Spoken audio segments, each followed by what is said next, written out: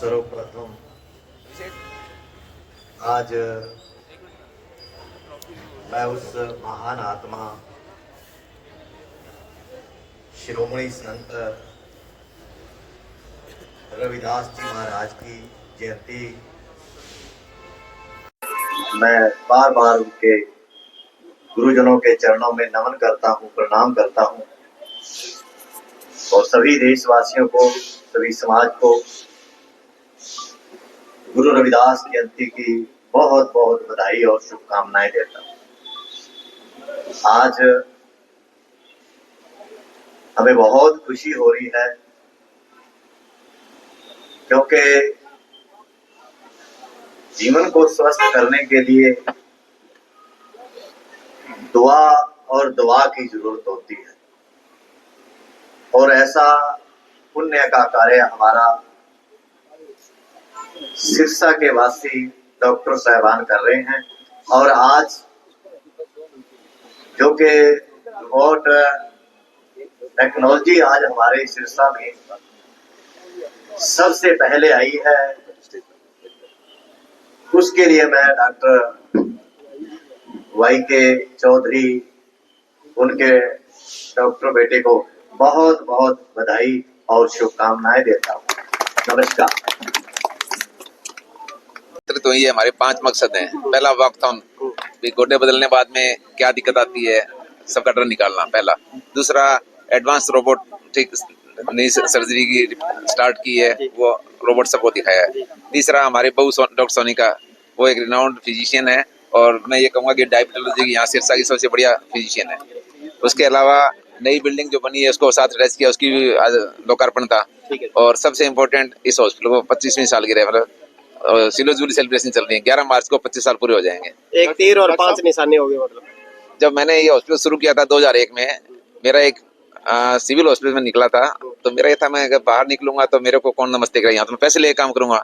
लेकिन बाहर आगे लोगों ने मेरे को जो सम्मान दिया वो मेरे लिए दिल से मतलब उनकी हार्दिक अभिनंदन करता हूँ।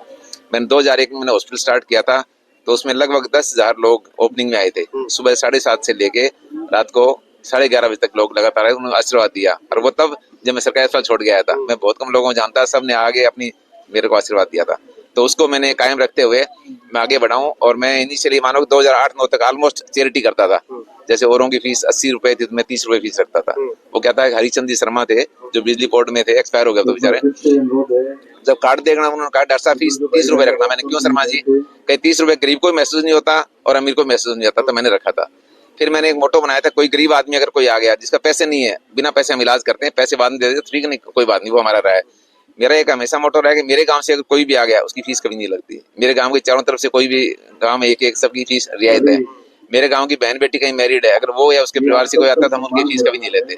मेरे नॉन टू कोई है मैं हमेशा उनको अप्लाइज करता हूँ। और हमारा प्रयास रहता है आर्मी से कोई भी जो है वर्किंग बंदे हैं वो आते तो उनके या उनके परिवार की हम फीस नहीं लेते, ये हमारा एक प्रयास रहता है।